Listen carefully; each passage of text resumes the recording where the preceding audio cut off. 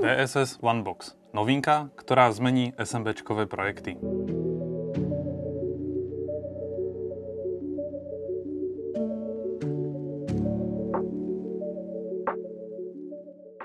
DSS OneBox prichádza v takejto krásnej čiernej krabičke a obsahom je samozrejme DSS OneBoxový server.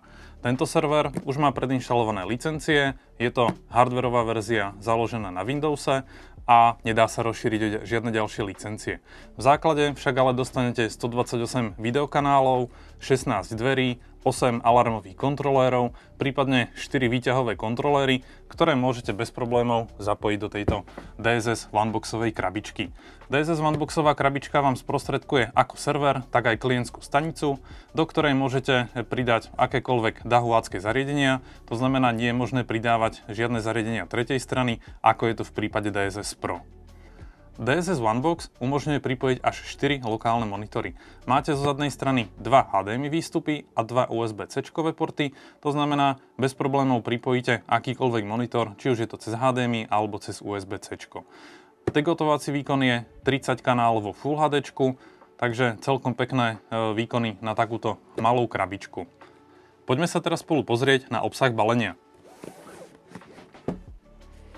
Základom celého balenia je DSS OneBoxový server.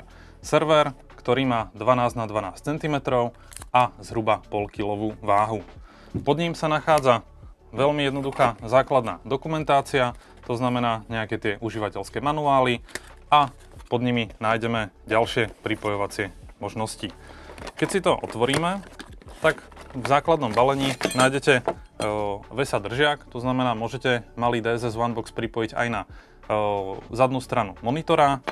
Máme k tomu HDMI-čkový kábel, máme k tomu napájací kábel a tu v tejto poslednej krabičke sa bude nachádzať samozrejme zdroj.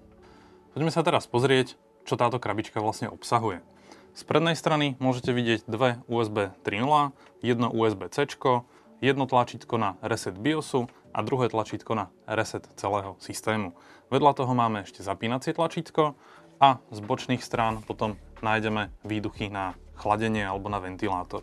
Zo zadnej strany nájdeme dve USB-Ačka, jedno LAN pripojenie, dve HDMIčka a jedno USB-C a zároveň jeden audio výstup. Aké sú parametre DSS OneBox serveru?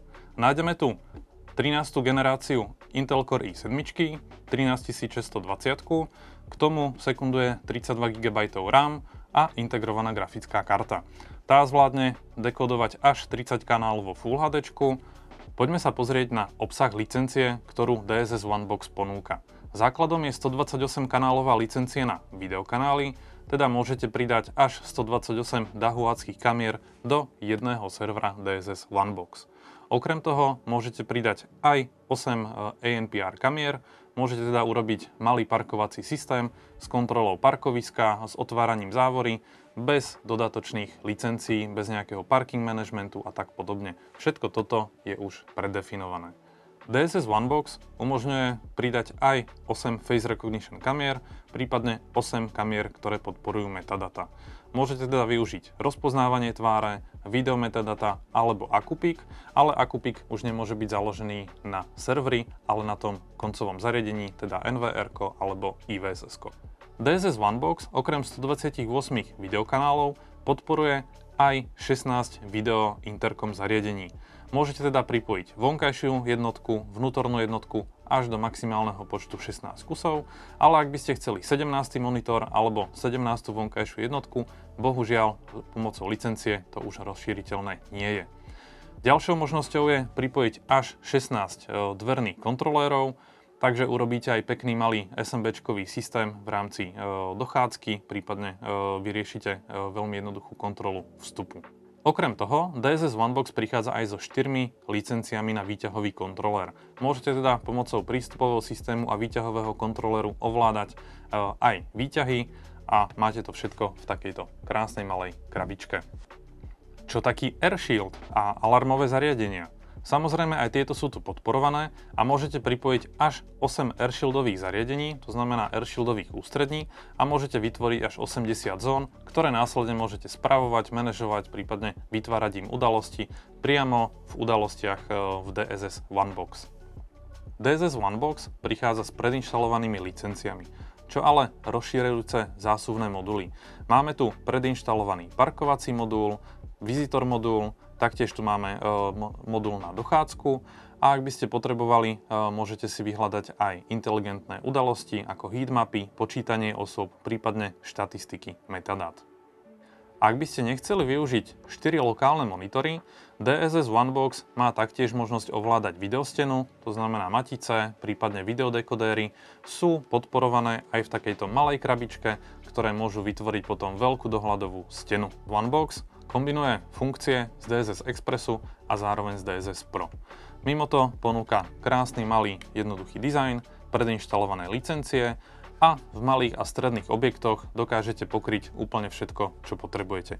Od manažmentu vjazdu, cez prístupové systémy, cez videointerkom, cez návštevnícky modul, až po klasické monitorovanie. Tým, že sa jedná o takúto malú ľahkú krabičku, nemôžete po nej chcieť ani očakávať, že vám bude plnohodnotne nahrávať 128 videokanálov. Na to slúžia rekordéry, prípadne nahrávacie zariadenia IVSS, IVD, NVR alebo XVR, ktoré ukladajú záznam z jednotlivých kamier a vy pomocou DSS Oneboxu môžete tieto záznamy vyhľadávať, prehľadávať, prípadne vytvárať si udalosti, ktoré v prípade, keď nastanú, viete cez DSS Onebox vyhľadať. Ako sa pripojiť na DSS Onebox pomocou mobilného telefónu? Máme na to kompatibilnú aplikáciu DSS Agile 8, ktorá vám umožní pripojiť sa na dané DSS Onebox zariadenie pomocou verejnej IP adresy, domény alebo jednou zaujímavou novinkou, a to je pripojenie pomocou peer-to-peer. DSS Express ani DSS Pro v klasických variantách nepodporujú peer-to-peer pripojenie, je to špeciálna funkcia DSS Oneboxu. Nemusíte teda riešiť doménu, prípadne verejnú IP adresu, aby ste sa pripojili na váš obľúbený dahuácky server, ale využijete peer-to-peer pripojenie a naskenujete veľmi jednoducho QR kód priamo z DSS klienta cez mobilný telefón a ste tam. To by bolo z krátkeho predstavenia DSS Onebox všetko. Ak by vás zaujímali podrobnosti, prípadne komplexnejšie video o funkciách, prípadne vlastnostiach daného serveru, pozrite si video, ktoré máte nalinkované v popisku videa a nájdete tam video v angličtine, ktoré sa venuje DSS Oneboxu zhruba 40 minút. Ja vám ďakujem za pozornosť a teším sa na vás na budúce. Čaute.